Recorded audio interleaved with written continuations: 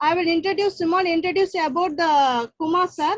Dr. K. Kumar. He studied BSc in Sevagan Annamalai College, Devakotai, MSc in Alappa University. He started research career in JRF, MEPCO, Scheduled Engineering College, Sivahasi, and he did PhD in Duplicant City, Trinity College, Ireland, and did doctorate in the same university. He published more than many papers in the field of solid state physics and surface sciences. He is an active reviewer for many journals, American Institute of Physics, Elsevier, Springer, etc. He pre-reviewed more than many papers, and he is an active member in Institute of Physics UK, Institute of Nano UK, Nano Fiction, and the Indian Association for Crystal Growth. Now he is an assistant professor in Department of Physics, Vidyagiri Art Science College, Puduvai.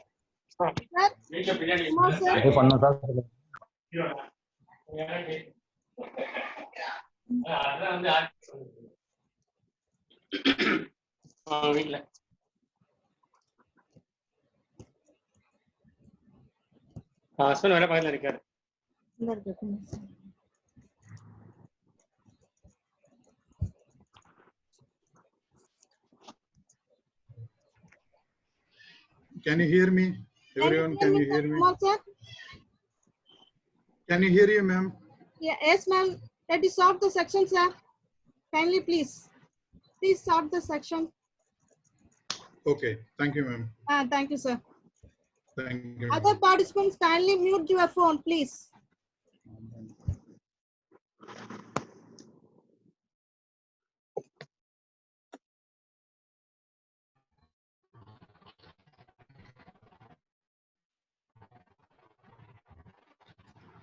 Really very unlike all the participants and Idea College for Women, okay, for organizing such a great web seminar during this lockdown period, okay. I really thank Reverend Dr. C. Jyoti Mary, the principal of the college, and Dr. S. Helen, the organizing committee members, Dr. S. Helen, Ms. S. Diana B. Sangavi. Actually, the topic I was really given was the research in physics. Okay, so I just little bit made it as like an introduction to research. What is really research? What is the researcher profile? How the career of a researcher? How those things. Then what are the branches of physics and how is the career path of the researchers? So I just start my presentation now.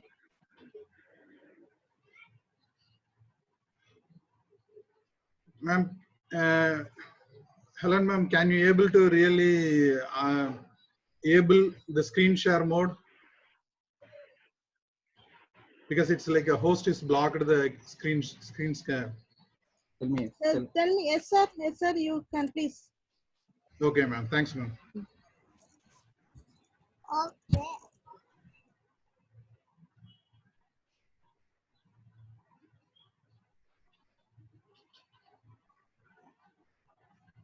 Okay, so.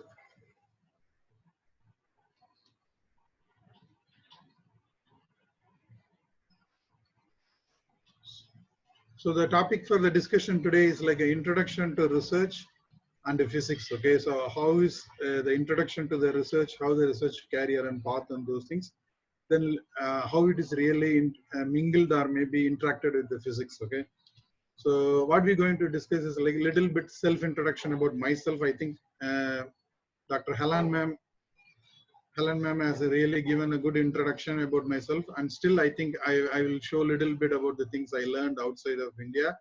Then we better understanding of the research. Then what is the research in physics? Okay, then life of a researcher and career path. So when we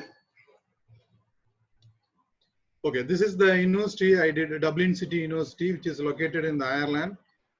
Where I did my PhD with like a fellowship from Science Foundation of Ireland. Okay, it is a very youngest university. It is just only 40 years old, but it is really ranked among the 50 50 young universities in Europe.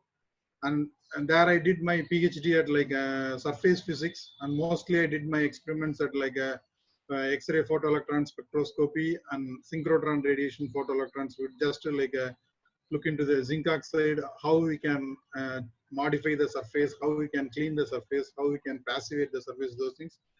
And my thesis is also like free to download. If you want to really know more about the university, you can go to the website dcu.ie, and still my thesis is like there to like a free to download. Okay, so anyone who wish to download and read can go through it. Okay. Then during my PhD, I have to do some experiments at synchrotron. I think the people may be known about the synchrotron.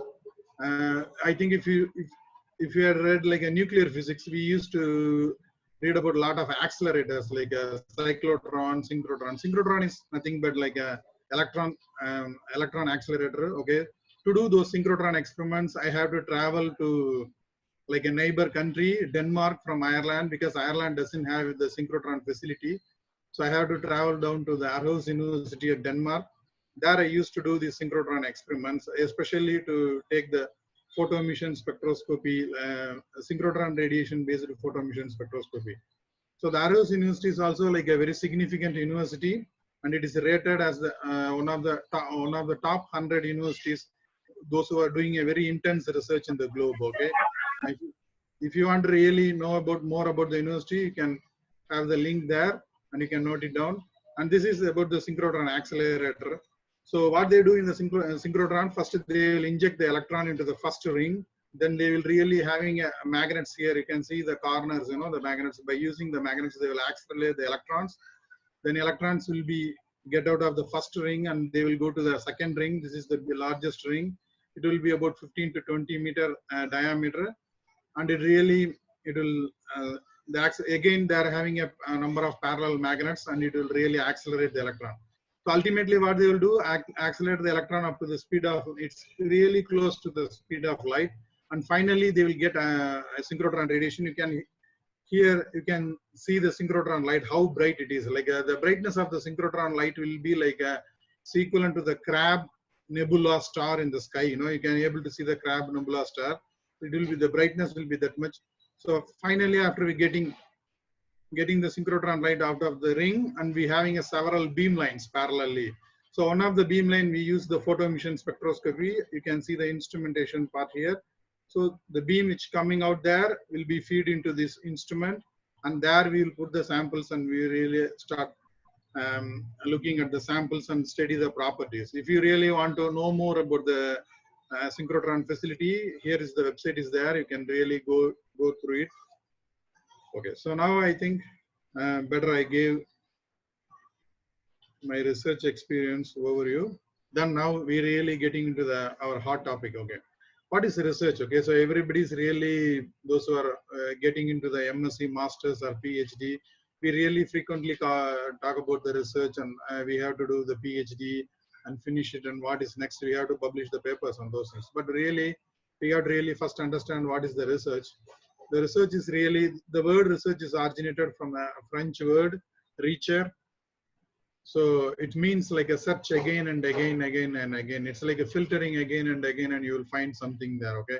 In a very simple form, a research is like a search of knowledge or a discovery. A simple form. Really, it is like really we are generating a knowledge. Okay, discovering a hidden truth behind we do research on the plants, star, a material. We really get into the unknown things, and we try to understand their properties, behavior, and everything.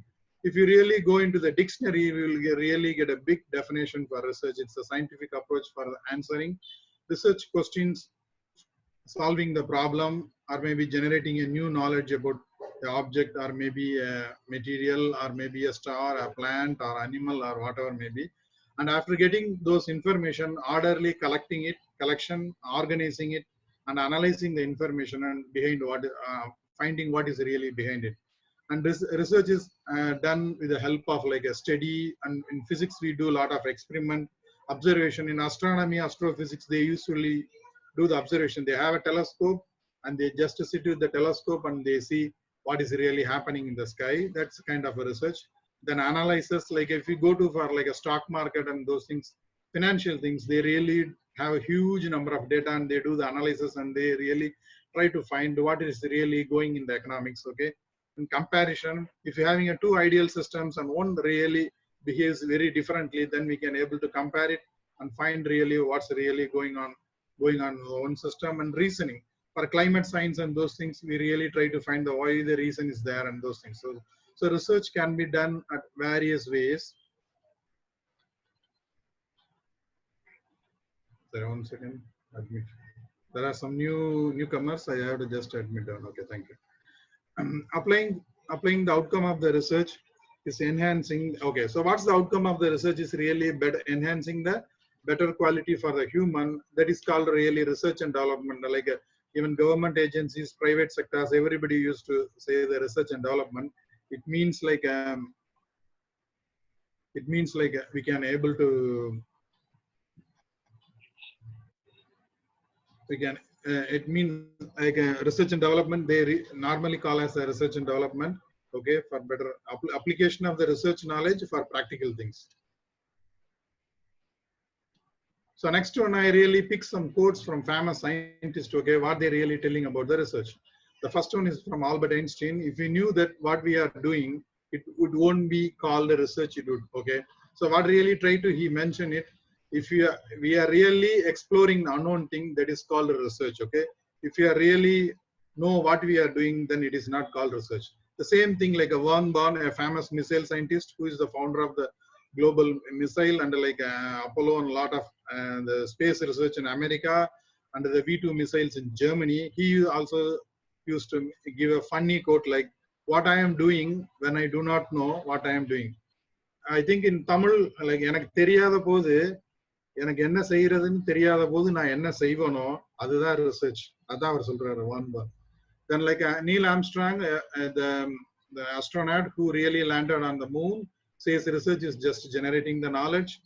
Then the famous scientist from General Electric, okay, Charles Kettering, says research means what you do not know but willing to find it. You do not know, but still you have a curiosity or maybe willingness to explore things. So I think these are really very good quotes to understand what is research.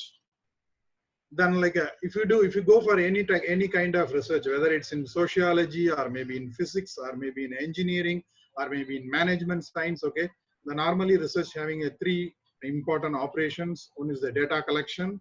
They will collect the data by numerous ways. Physicists to do the experiment and have the data. Astronomers will really having observation and have the data. Like management people, they will get a survey or maybe feedback from customers. And financial analysts, they will get the data from the how the money flow, those things. So they collect the data and after that they will analyze the data, what is really inside the data, what are the significant things. Then finally they will report the finding. Okay, based on this collection of data and analysis, we found something, and they have to really convey back to the world by writing a report like that. Okay, so this is the basic three operations all research will have. Then characteristics of research, what is the real character of the research is like first we have to find the problem. What is the problem identification? If you're really interested in some specific area, then we have to explore in that area. We have to find, is there any interesting problem is there or any unsolved problem? Then we have to identify the problem. Then reviewing the information, we have to review the information, what else we have so far regarding the problem or maybe the system or maybe the area. Then we have to think about like we have to do an experiment or anything to get further data. After we get the different further data, then we have to analyze it and we have to draw the conclusion. And by the conclusion, we get the knowledge. By using that knowledge, we can able to solve the problem. So this is the very schematic way of conducting the research. Then what are the prime objects of the research, objectives? What are the objectives we have for research? Or like to discover the new facts, hidden facts or anything, to verify. Okay, already we have a theory or something. Like for example, Galileo, before we have in the olden days, we have the religious people have the belief the sun is static and earth is, sun is really revolving and earth is static. Then Galileo came and he really wanted to verify the theory. Okay, then he made some little experiments and he explained like that. So it's really verifying our facts, okay, already existing facts, then analyzing, or maybe analyzing a phenomena or a effect or anything, so like that.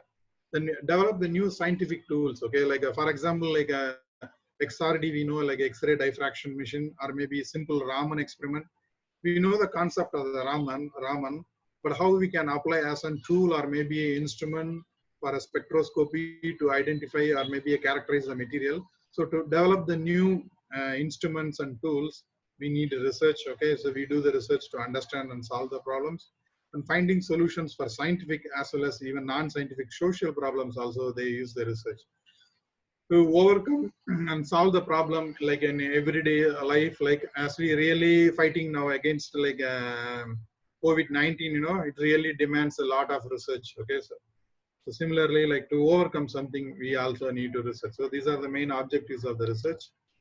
Then importance of research, why it is really important, both for scientific and non-scientific. By research only, like humankind is really acquiring knowledge for generations of generations. Especially the research is trying to understand why we do research is really trying to understand the nature and its phenomena, what is really happening, things around us, like that. Research problem is really a difficulty. Okay, the first point really says the difficulty which a researcher or a scientific community, a government or industry, and an organization it's really looking forward. So we have to solve the problem. We have to understand and get the possible solution. Next one is importance of research is it is a fountain of knowledge. Okay, it will generate enormous amount of knowledge to understand the universe and all those things and to solve the existing problems. Research provides like for government policies are really based on the research outputs, and for industry and industry and other business establishments, new research is there. If you take, for example, after invention of the laser, there was really a big industrial opening for laser production of laser-based products and laser-based processing things and everything. So every invention really boosts up the business and really opening a new field of business. And by using the research, we are really improving day-to-day our products we are using day-to-day. Then like by using research, we are really investigating about the new materials, for example, like a graphene, other 2D materials, and we are really investigating unknown planet, star, and everything new things. We are using using research. Only through research inventions are made. Okay, so like Thomas Alva, for example, invention means the Thomas Alva Edison comes first by inventing the electricity bulb and everything. He do like he's performing plenty of research and plenty of experiments to invent those things. Okay, so by research we can invent new things. Research leads to new and better way of the life for glorious humankind.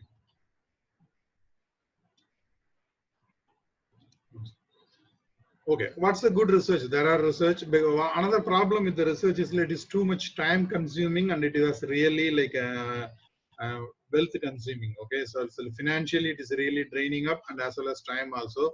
So we must have a better research quality or maybe a good research, then only we can get a really good results. For that, like we have to make sure following things are okay. The purpose for research or maybe a research goal will be perfectly defined, and the research procedure will be it must be in a very detail, because after you do the research and you generate the result, if anyone want to really investigate again back, they need this procedure and those things. So betterment of the product or maybe the knowledge, and design of the research must be carefully planned. It must yield the result. Okay, it should not went in like a failure or something.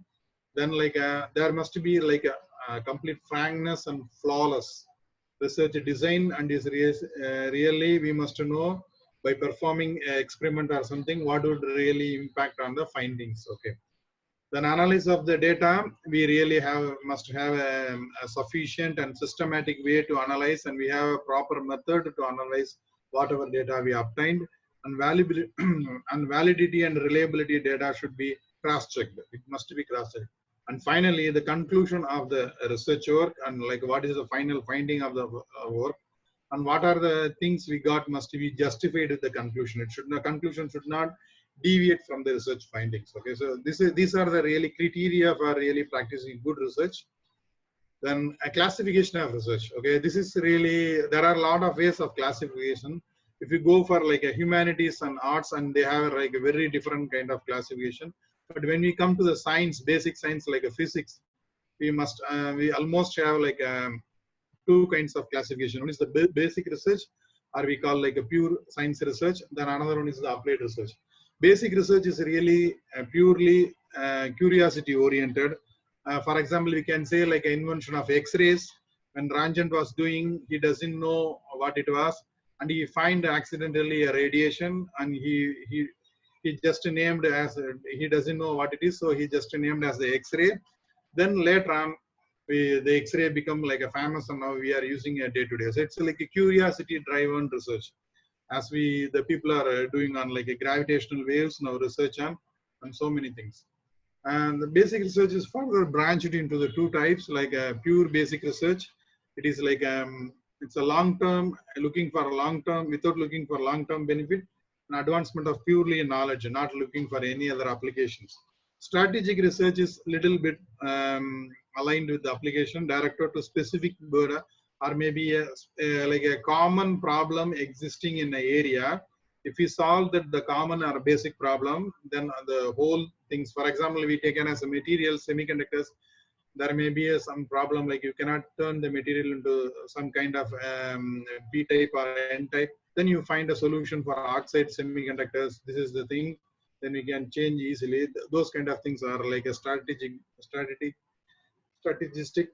basic research. Okay, then applied research. The applied research is purely based for the application, or maybe solving a practical problem we are currently facing, and based on the available resources.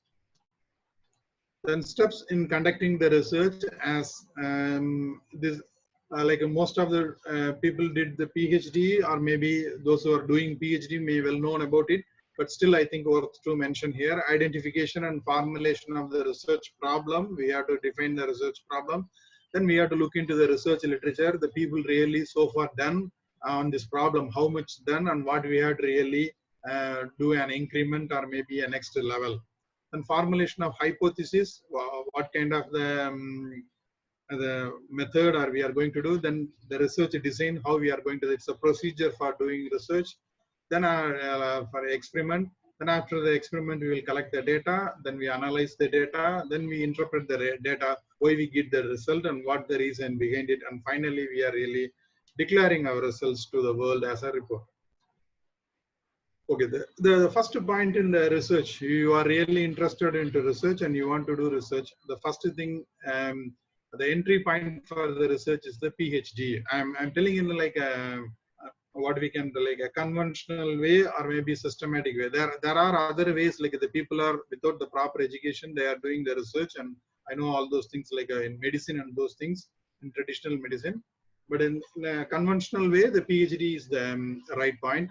The PhD is the entry point for the research career, and PhD is the, I think the famous Professor Balram, I think he said in current science, the PhD degree is the passport for the research career. Okay, so once you got the PhD, I think in the Europe they used to say like once you got the PhD, it's called a license to do science.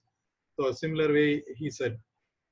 During the PhD course, ideally, okay, they will pick the research problem and they will carry out it and the extraction of information from results, and they will publish the result finally. So this, and thesis or PhD research involves aspect of subject and textbooks. Yeah, the PhD thesis and those things, the findings, those you cannot find in the textbook. So the theses are really unique. And like and doing the PhD is like we are generating the knowledge or a value to our tradition or a style of science which is really transformed to next generation. So it's really, it's not just like getting a degree, a PhD. It's really dedicating ourselves to find a new things or maybe generating a knowledge.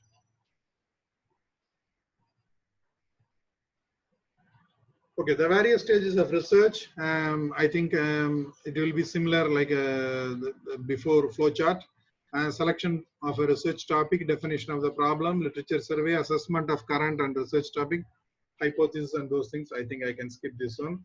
And qualities of the researcher, okay. what are the qualities we have? I think it is a list of qualities I had collected from various sources.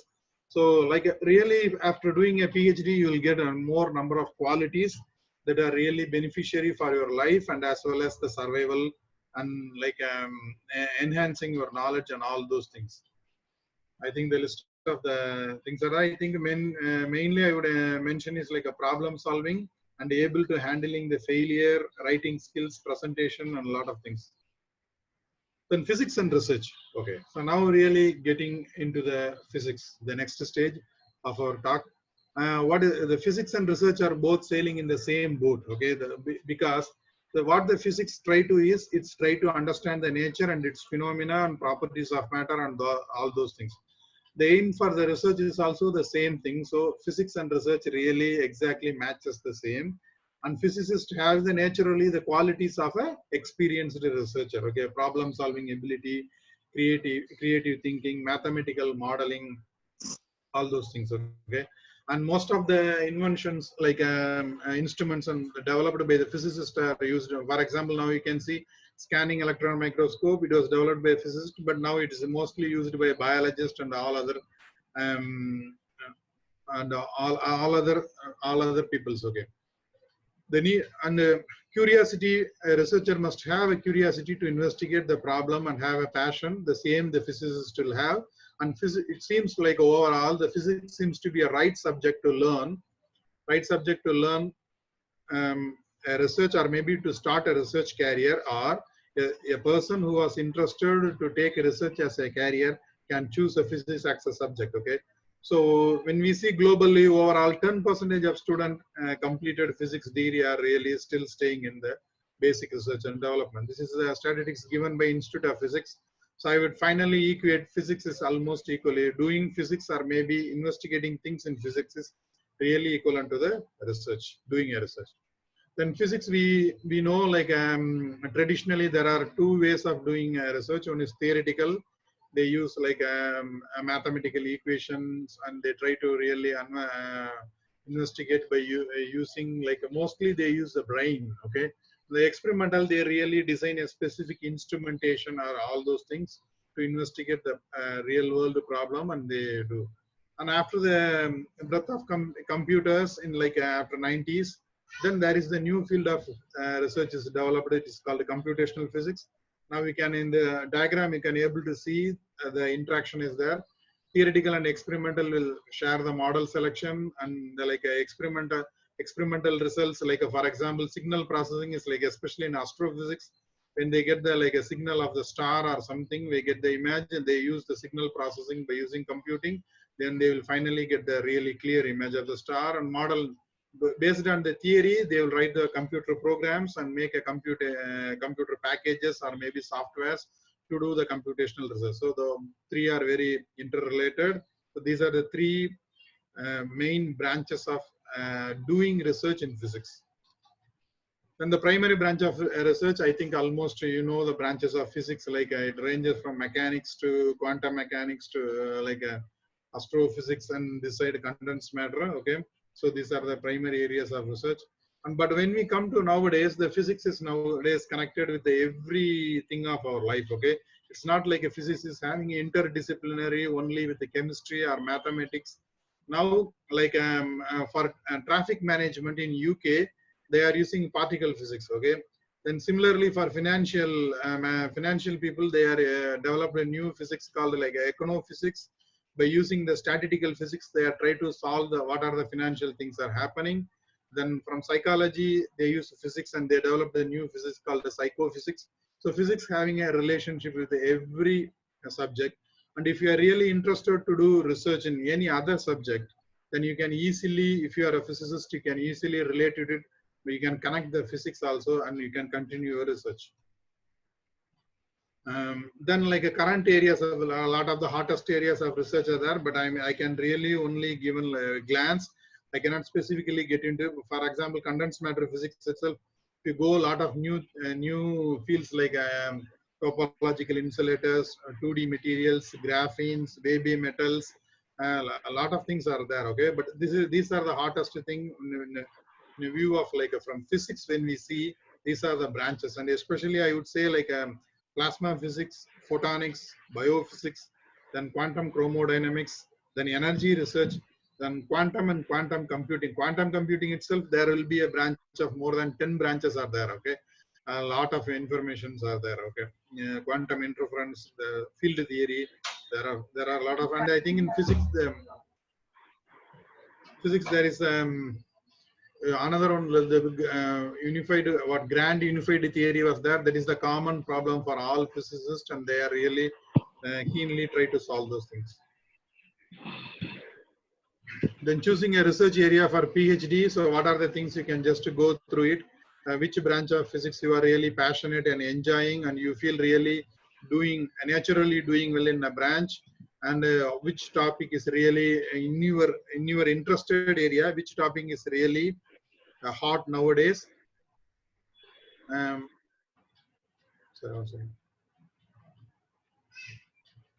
What is really hot nowadays? Okay, so what having the employment opportunity, and what in which field like you have a funding opportunity.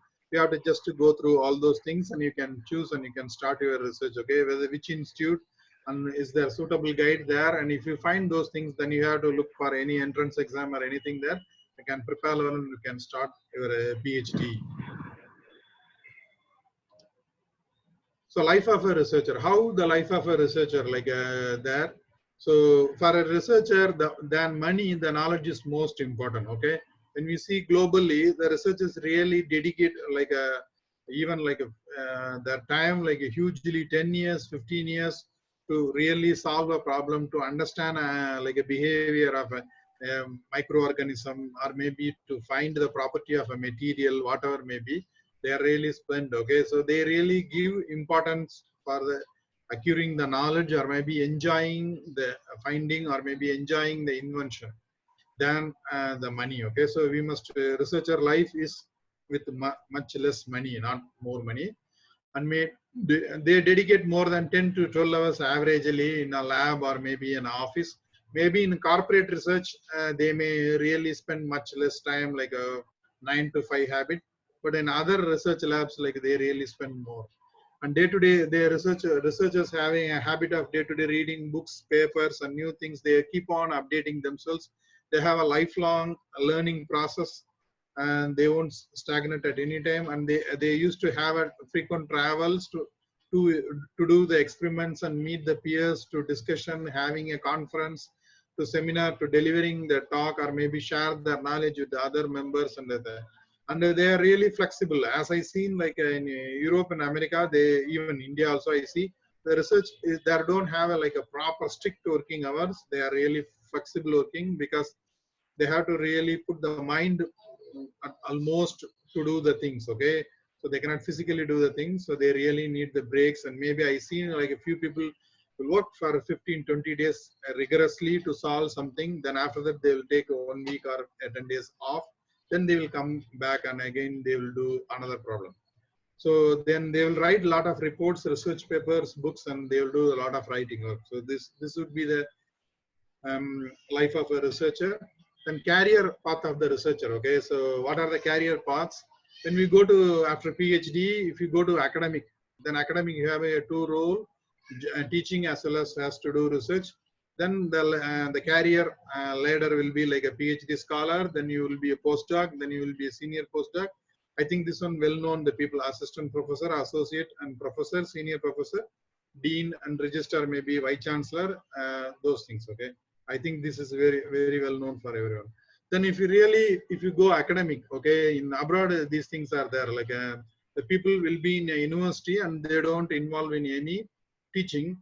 They will be connected to separate research centers. Okay, those people have the career path will be like postdoc and senior postdoc, research associate, research scientist, senior scientist, and principal research scientist. And some universities they will give like a honorary fellow. For lifelong, they will be like a research scientist. Like okay, so in Europe, some universities they are really giving, and America also they are giving research designations and to the researchers. And career path of researchers in industry.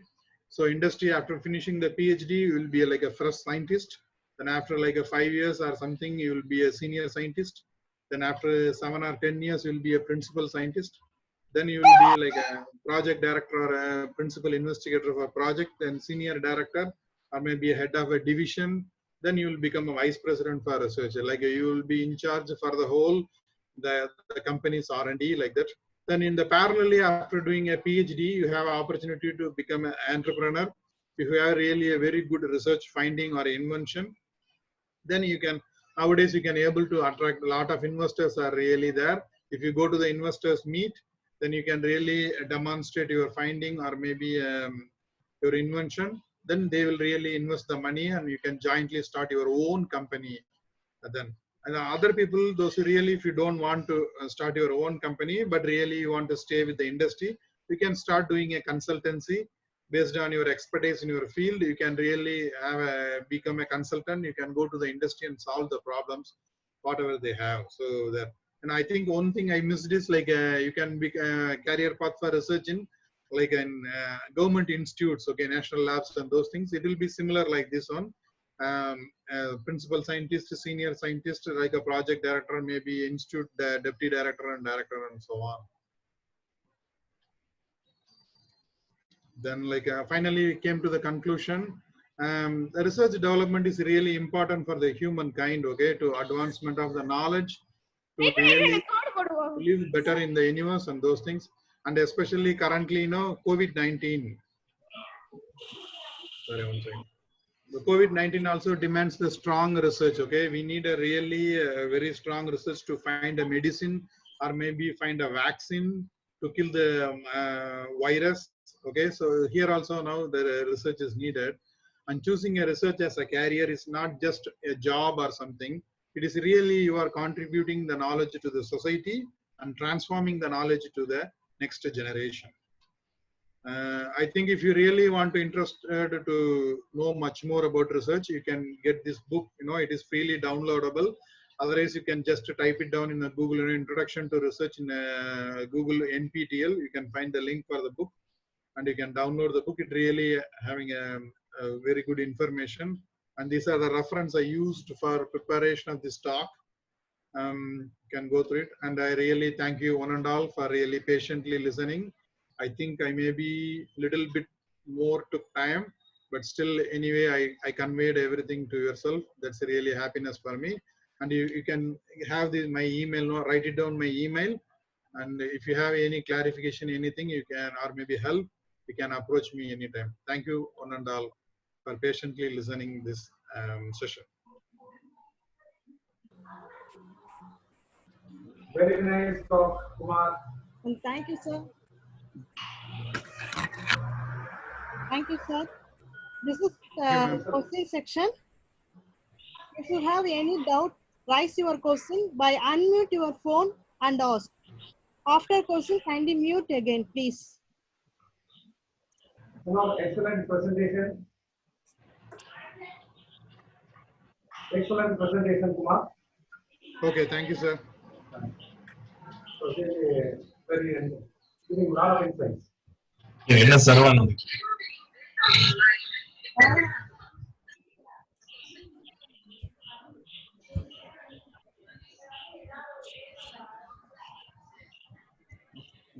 hand over the shift to Chandramohan sir.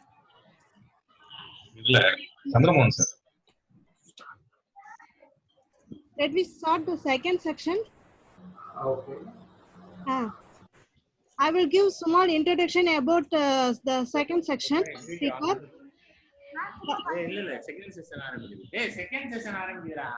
Dr. R. Chandramohan.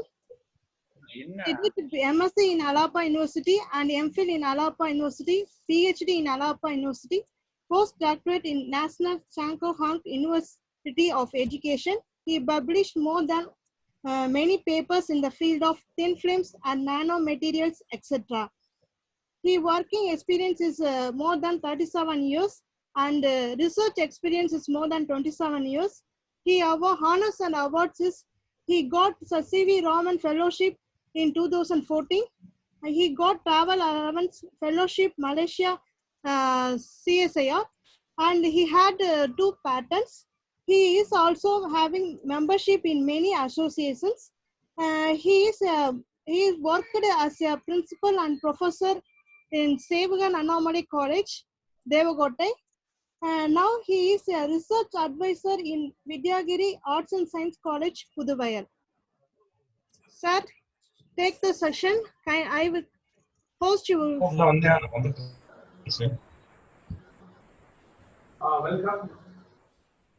Good morning, everybody. It gives me immense pleasure to be a part of the webinar organized by Via College. Thank you, Dr. Helen, for bringing it very nicely. So having 41 participants in a seminar like this, webinar is really nice encouragement given to you. Earlier, I had a pleasant experience in organizing a national conference at your college. So I'm happy to be sharing my screen. So, sir, from our screen, huh?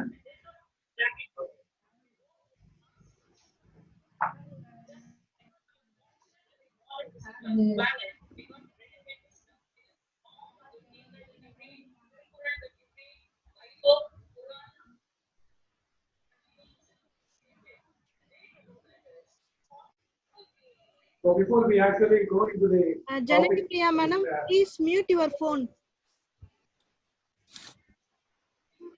can you hear me? Hello, madam? Yes, sir, kindly. Can you? Okay. So I am glad that I am a part of this webinar, particularly after a insightful talk by Dr. K. Kumar. I'm very much astonished to see the presentation of Dr. K. Kumar, who happened to be my UG student and with me, sir, and our collaborator. He has done extensively on the XPS. The instrument is only just now arrived at Alanapa University, which is used for exploring the surface, the composition, and at what extent it has undergone changes at the micron and angstrom level. From micron to 1 or 2 angstrom level, what is happening. So those highly sophisticated X-ray photospectroscopy has been a part of the study in PhD that I have seen thesis. And also, he has rightly has given an introduction to what is doing science, what is science doing. So unlike other branches, where we speak about a lot of salaries, first and other things here, he has rightly pointed out that this is a way of life. Search, research, search. அது ஒரு படத்துல கூட தல படத்துல கூட தேடல் உள்ளவரை வாழ்வில் ருசி வளர்ந்துலையா தலையா அது மாதிரி தேடல் அதுதான் நம்ம ரிசர்ச் நம்ம சொல்லிட்டு இருக்கோம். And currently we are in the third world war. எப்படி பகவத்கீதை ஒரு பேட்டில் ஃபீல்ட்ல உருவானுச்சோ அதே மாதிரி இன்னைக்கு நம்மளுக்கு தேர்ட் வேர்ல்ட் வார் மாதிரி இன்னைக்கு we are having only one enemy. But one எனிமியா அது யாரானே தெரியாது. அந்த லெவலுக்கு it is invisible. So we have to come back. So we have compared with the inventions. Until now, there is no any medicine available, but it can be managed right now. So within the 1 or 2 months, the science has made us it has equipped us with some management systems that we are following. In spite of the various large number of casualties, our scientists are first time, I think, in the world, for the first time after 1918, to face a pandemic, face a world war. All the nations are united. So if you have the First World War or Second World War, you have this kind of alliance. There will be one attacker and one defender. But here not like that. Every country is participating, and The only weapon mankind has is science. And as a physics student, as a physics teacher, or physics staff, we are very much gifted that physics and research are almost one of the same as the aims are same. So we need to have a lot of responsibility in crossing this pandemic period. So I would like to congratulate the organizers for organizing this event before May 17th. That I am, the philosophical word has got a new name now. The same COVID-19 is now, it is becoming friendly to us. So in this changed scenario, we would like to contribute something for the betterment of our understanding.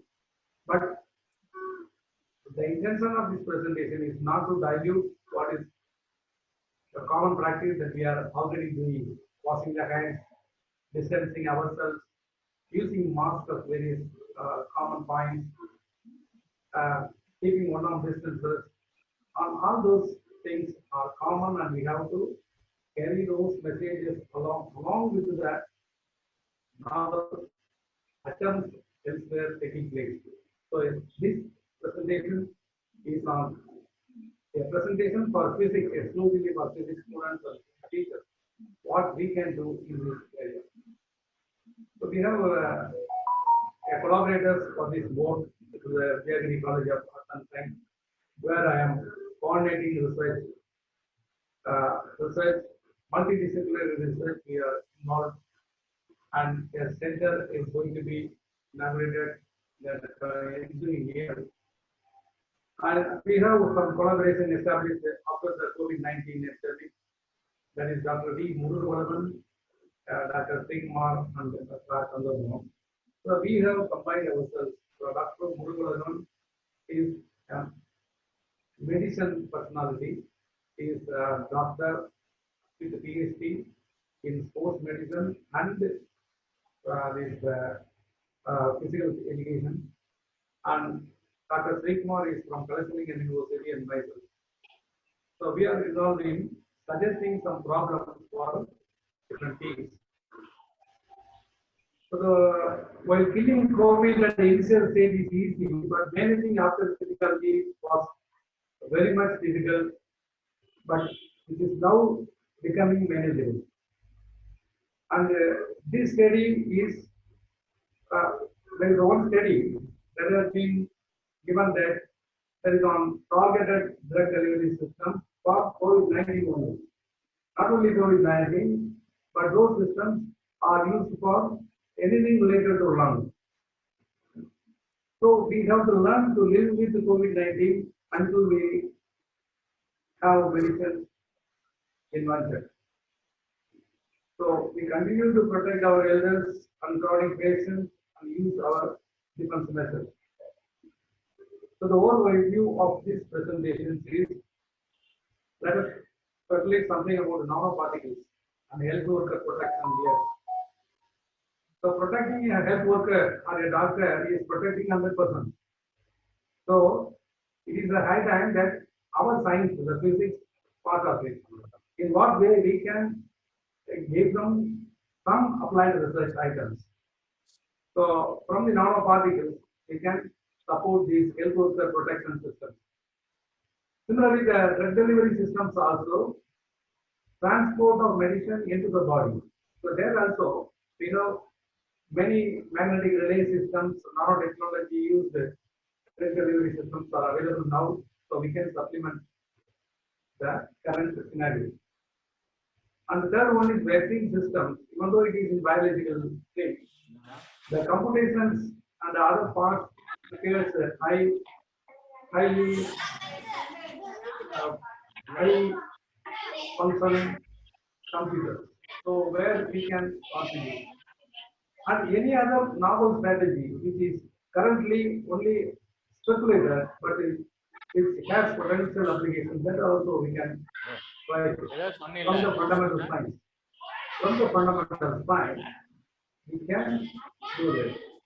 And what are the other alternate medicines and drugs available? These also we are going to see. So let us go to the nanoparticles. Someone's okay. So the carbon nanotubes, you know, applications of nanoparticles. We have carbon nanotubes. So the one of the important aspects of our basic and applied research is that basic research is quite useful and it will be a advancement for the knowledge of the mankind. Whereas the applied research leads to some multiple comforts, comforts for the coming generation. So, but the benefits of the applied sciences must reach the masses. So this is where a real research will be of useful. So now, carbon nanotubes, they have been speculated as one of the hardest material. They react wonderful science of it that we know as a physics people. But in agriculture, they are finding use in forecasting when the vegetables get spoiled. So using simulations, so we can find out when a vegetable will be blooming or spoiled. So this type of research only we are very much interested right now, because to encounter a major war, so we need to develop a stopping mechanism immediately. As Einstein said, you must need a key to open and close. Then only you can start a war. So, silver nanoparticles are used for antibacterial applications. That is well known for us. So, what I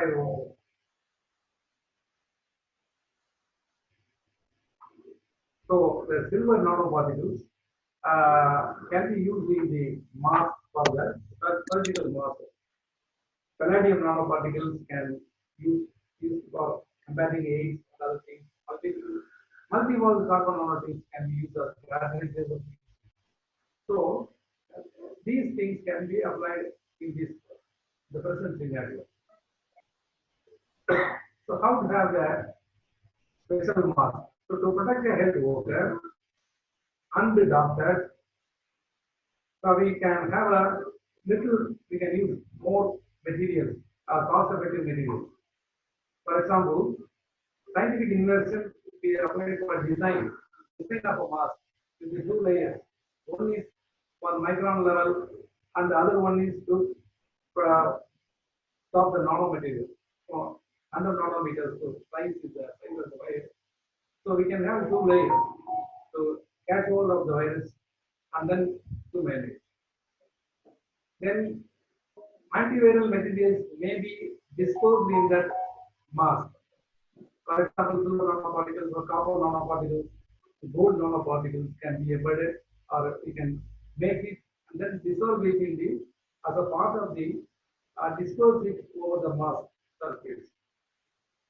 This will improve the longevity. So we have the drug delivery system, so we can go to the understanding of the COVID virus. You know, a COVID virus is nothing but it is a stranded RNA. So it is RNA-based virus. It is attacking the respiratory system. The transport system, can you understand, one of the advances of this century, we can say, is the revelation of the structure of a virus. So tiny object, the entire picture is there. Just like our photograph, we have the photograph of the COVID-19 virus. So we have the red zone. So this is the RNA, which is encapsulated in a protein. So whenever it has a post any media, only on men or human, so only on humankind cells, it is fine. Whenever it finds these spike-like proteins, they go and attach themselves. So the crowning features, because of that, the name is given to them. So we have the spike-like proteins. So these are going and attaching to any transport mechanism, any blood or gas part, wherever it goes and attacks. It goes and survives there, but multiplies. Now, various methods are used for combating this.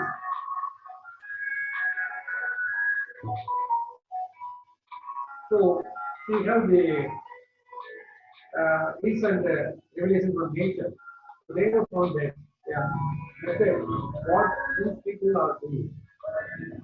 So what are they doing? All the world, a lot of people,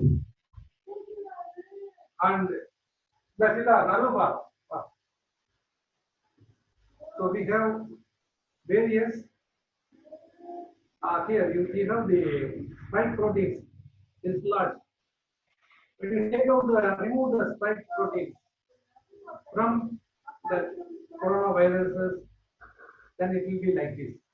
So it will become a naked one. So you are making it limb and you are sending it inside. So we have already patients who have been recovered. So even today we have a lot of number of people recovered from that virus. So their blood samples loaded in the serum are their blood samples taken out and the antibodies driven from them. They can be injected as a vaccine. So this is the system that is ongoing in all the laboratories, most of the laboratories, around 28 to 30 laboratories around the world. So they are involved in emptying the virus cell and then sending it inside as vaccine. So you see, this is a inside you have killed the RNA part, and only the outer core is there. It will attach, and it will meet any host one, and then it cannot reproduce, so it will die. So this is the path they have taken. So these are protein-based vaccines. So almost 28 teams are working on this vaccine with the viral protein subunits. Similar vaccines against SARS virus protected monkeys against infection. So we need to put to test all these vaccines developed. So almost these are involved. North America is leading the frame, followed by China, Europe, and the rest of the countries. The vaccine exposes the body to an altered safe person of a disease and causes virus, prompting the immune system to produce antibodies, proteins that can stop the real pathogen from infecting cells. So this is the route actually they are doing. The chemical vaccine combinations which they can test for safety and efficacy must be used. So you have a lot of procedures before passing anything. So clinical trials are very important. Pre-clinical trials and clinical trials. So if it is toxic, that cannot be done. So first they kill the central portion and take it, remove it, and then fragment it, and set it inside, and you stop the reproduction system. So disable the reproduction. So this is what we are the root of elsewhere are doing. So they test after the clinical studies, they have in vitro studies, and all those things have been successful. It may take around 1 year, at least 1 year. But now, once you understand the structure, there are M type and S type. So S is spike protein, and spike protein can be removed. So this is another strategy. So you retain the central portion. You don't need anything else. You try to find any suitable attacker of the M protein, that is the cell outer. So the outer capsule containing may be dislodged, so that the required time for its life may be altered. So in this manner, we can identify some antibodies. For example, some coronaviruses also contain M-agglutinin protein. So there are 3 or 4 viral proteins in the coronavirus membrane. and you can try to find an attacker for such a protein.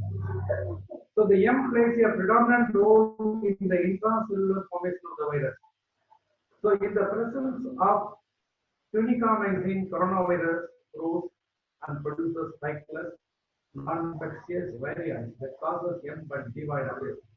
So this is the technique. There is another idea that has been now under discussion. So they want to have some glycoprotein constitutes and they want to send it and they can go and attach. So they will attach with the spike protein and will dislodge so that it will be naked. Virus outer core will be naked so that we can encounter the S directly. So the M protein. So task over all the studies have been done by ethanol, some lipid solvents, etc. And now the strategy that is adopted is glycoprotein. So a glycoprotein can be attached by using an immunoglobulin. So some immunoglobulin, when you send inside, it will attach with it. And whenever it is attaching, it will say that there is a spike protein. So this can be used as a detection mechanism also. So once it is tested, immediately the drug will be released. A drug is nothing but any enzyme or lipase or something like that. So intravenous we can transport it using a DDS system. So this is a strategy that is also under usage. The strategy 2, similar to the strategy 2, our India is also developing certain technologies. So make RNA naked is another way. So we have given a small protocol so that we test the positive patients, confirm them, and load with Fe coated multi-wall the carbon nanotube. Through one wall you send immunoglobulin, and whenever immunoglobulin finds a host, you release the other enzyme system so that we can have a full-fledged system. After 1 week, you can retest and then continue the drug delivery. So this type of controlled release technologies can be used. So these controlled can be automated for 2 days or 3 days. So aerosol sprays, drug impregnated lozenges, encapsulated cells, oral drop cells, and these can be used for drug delivery surveillance. So combining both the techniques, attack both areas, make it naked and attack. So this is also possible, and that is also under study reported recently. So now after physics persons, we have some concepts like phosphor materials. So phosphor materials, what they do, they absorb the ultraviolet and emit light radiation. So light can kill this coronavirus. So this is the finding. But you cannot go on send light near the coronavirus inside the lungs or something like that. So instead of that, you send a phosphor material. That is UC, upconversion phosphor material. When upconversion phosphor materials, down conversion takes ultraviolet radiations and then emits light. But the upconversion takes the infrared as the input and then they emit visible. So this technology can be used along with the regulatory system. So this is one part that physics has given the scientists. So they find it very attractive because already they are using the phosphor materials for finding out these tags. They are tags. They are luminous tags there, and the place can be identified easily by using the phosphorus inside. So there is already some expertise in this field in vivo technologies. For locating, they are already using the phosphor materials. So now we have to supply them with the necessary UC phosphor materials so that those systems can be scaled for a combating the corona COVID-19. Then the ILA signals also to some means, then they will release light. So this is one idea. Another idea is that several drugs, Siddha drugs, nasal systems, particularly for lungs, these Siddha drugs are quite effective, and they have some peppermint. So you have peppermint, they are already used. Or they are having some flavonoids. So naturally occurring flavonoids, Sanduscus, Racemosa, Rosamucana. So these things are already having potential drug capability, COVID-19 and antiviral capability. So more updates are available on the internet, particularly in almost all the journals, international journals. They have given free sites for what is going on all over the world. In India, more than 80 institutions are involved in COVID-19. Particularly after a success that has been given by vaccine 2 piece by MGR University recently. So many successful trials are also taking place all over the nation. Almost 80 nations or institutions are participating. We can find what they are doing, and in case you have some idea, you can collaborate with them. You can suggest them at least. So if you have a capability in your vicinity, you have an antiviral material. So you can just apply them and ask them to throw the virus over that particular antiviral surface and see what is taking place. So they can be used for mask materials or something like that. So we have several ideas that are going under the raw ideas will be from physics. Physics students, invariably they have the questioning, what they are searching, what is there, what is that. So we go on asking questions. So like that you can see in what way your research is going to be applied for this scenario. So I don't think that you don't know have anything else. For example, you might have grown a copper oxide. A copper oxide is a wonderful material. If it is grown over a copper substrate, a small thin film, and if you can just have that, they can be used for surface for mask or something like that. So we may not be knowing, we may not have listened in that angle. So more insight in every material. So as a material scientist, we have not explored many properties. முன்னாடி வரைக்கும் நம்ம என்ன நினைச்சிட்டு இருந்தோம்னா science எல்லாம் முடிஞ்சு போச்சு, எல்லாத்தையும் நம்ம தான் டாப் வானத்துக்கு போயிட்டோம், செவ்வாய்கிரகத்துக்கு போயிட்டோம், இதுல உள்ள நம்ம பார்த்தோம். எத்தனையோ மில்லியன் ஆண்டுகளுக்கு முன்னாடி நடந்த பிக் பேங்க்ல இருந்தக்கூடிய அந்த வேவ்ஸ் நம்ம இங்க கிராவிடேஷனல் வேவ்ஸ் இப்ப நம்ம கண்டுபிடிச்சிருக்கோம். ஸோ இதுவே மறைக்கிறது மண்ணில் உலகத்துல கடவுளுக்குமே இருக்க வேண்டிய நமக்கு தேவையில்லை அப்படிங்கிற அளவுக்கு நம்ம தான் ரொம்ப இருமாப்புல இருந்தோம். Almost every person thought that the big skyscrapers, the big aircraft, rockets, these are the only sciences. But it's not like that. Science is always ever growing. And when you are near saturation, some new phenomena will come and affect everything. So நம்ம ஒரு இந்த 50 வருஷத்துல எங்களுடைய 60 வயசுல நாங்க பார்த்துருக்கிற பொழுது ரேடியோல இருந்து டிரான்சிஸ்டர்ல இருந்து இன்னைக்கு நம்ம கையில் இருக்கக்கூடிய செல்போன் வரைக்கும் development, they are going to be outdated one day. So our great grandsons and daughters, they are going to invent much more novel technologies, surpassing all those things.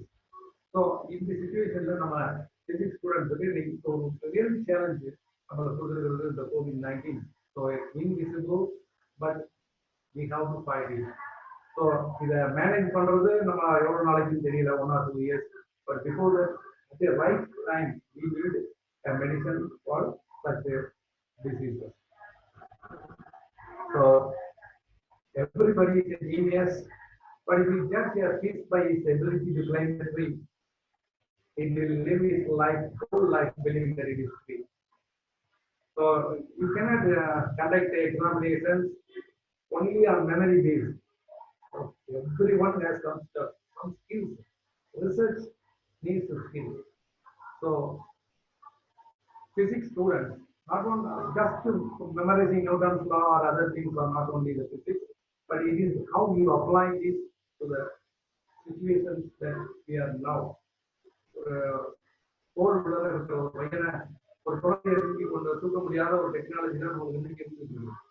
But ஒரு கிராமத்துல இருக்க பையன் அதை செஞ்சுட்டாங்கன்னா அதை சயின்ஸ் நம்ம சொல்றது.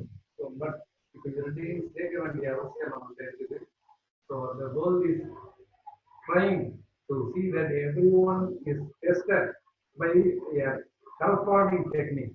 So கிட்ஸ்கிட்ட போய் நீச்சல் அடிக்கிறது தான் நம்ம பண்ணணும். மரம் ஏறுறத குழந்தைக்கு கொடுக்கணும். ஸோ அது மாதிரி it is in the examination question pattern that we need to see and find out the person, the right student who is eligible for the right type of research. So one thing that all our scientists measured against reality is primitive and childlike. Is a proof on in the China coronavirus. So at this juncture, still primitive as well. It is the most precious thing and can. So it is only one thing that man can be proud of. So in this, I invite everyone to do the science doing here. So we have the already we have conducted a debate recently, and the students have participated in whether science is for development or science is for destruction. So like that we have done it, and here we are having collaboration with various laboratories. This is Dr. Morgan, double doctorate in medicine and science, and he is Dr. Sri Kumar from Western University, and this is my guide, Dr. Mahalingam. So I thank Dr. Mahalingam for having given me an opportunity to do science. COVID-19 by science, we will win COVID-19 by our science. Strategies must be put forward and endeavored at all various parts of the world, and the world should win this war by collective wisdom, preferably by a team with humanity. Let us be the team of humanity. Thank you. Thank you for your patient hearing. Thank you, sir, for wonderful section. This is a question section. If you have any doubts, raise your question by unmute your mobile and ask. After question, kindly mute again. Please. Kindly unmute and ask the question. Dear participants.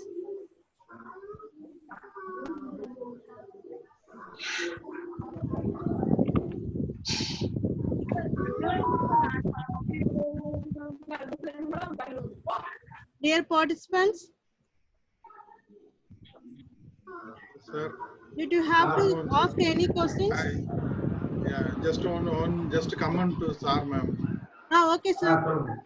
Yeah, the talk was really very informative, sir. Like we thought that like only the foreign countries are really try to find the vaccines and those things. In India also, like 80 laboratories are doing the research. You know, after your speech only we came to know. Okay, there are a lot of improvements because in India we are thinking like only traditional medicines are alternative, but those are acceptable. We have to accept it.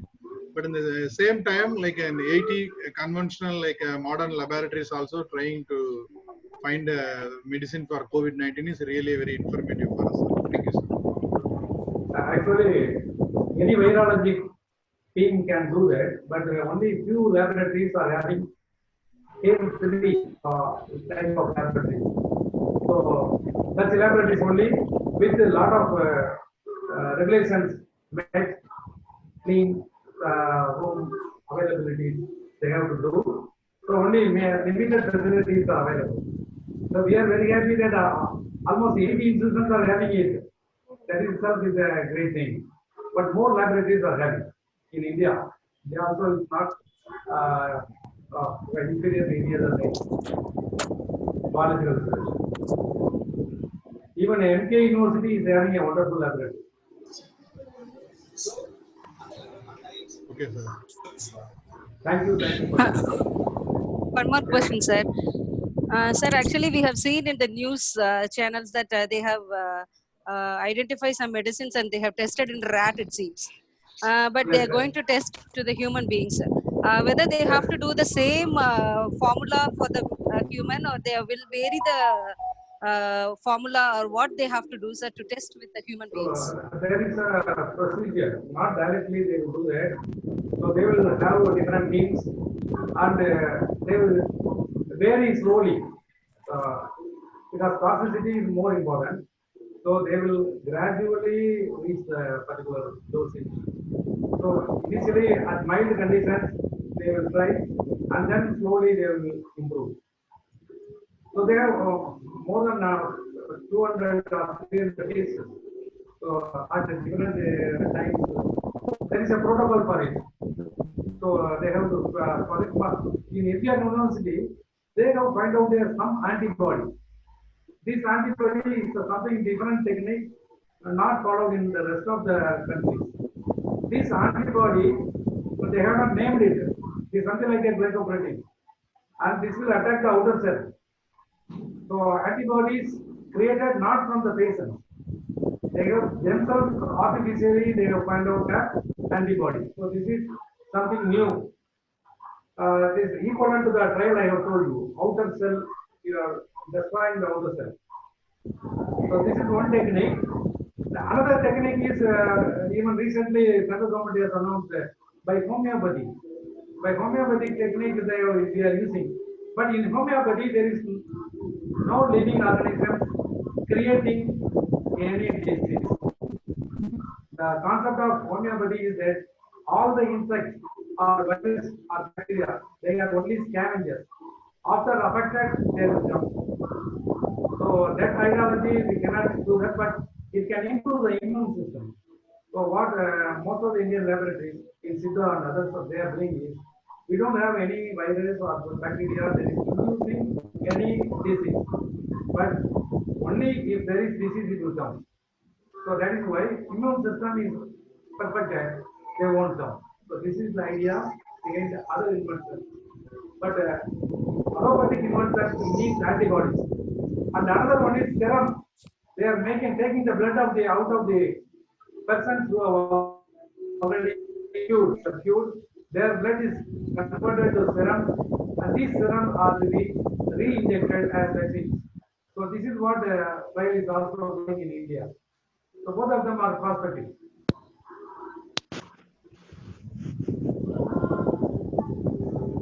Thank you for the question. Any questions, dear participants? Did you have any questions? Please unmute your phone and ask, and then you mute it. I think Samson has come here from Hi, Namakkal. sir.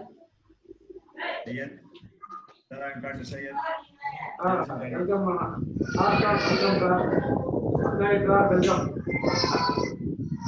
Welcome. You can speak something. We told we can use phosphorus to Yes, sir, yes. but will it not be harmful to our body cells also? Yeah, body sensor also. Yeah. It is Using phosphorus can be used as body sensors also.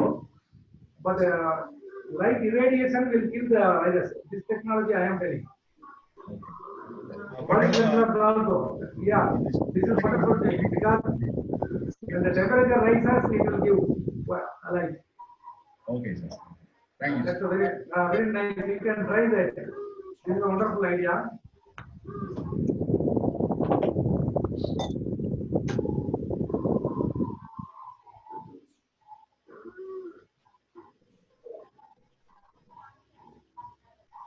Any other question?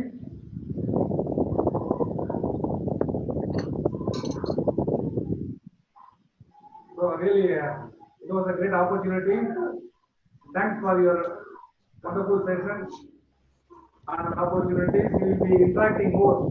Another week, within the week, we are having more number of students going to participate in a seminar organized by our Vidyagiri College of Art and Science. I invite all of you to be a part of that also. Thank you, sir. Thank you. Thank you so much. Thank you. Thank you all participants. We will send the e-certificate on 18/5/2020 on Monday. Monday, you will receive the e-certificate through mail. Thank you all. Thank you. Thank you. Thank you. Thank you so much. Sir, we will wind up. Thank you all.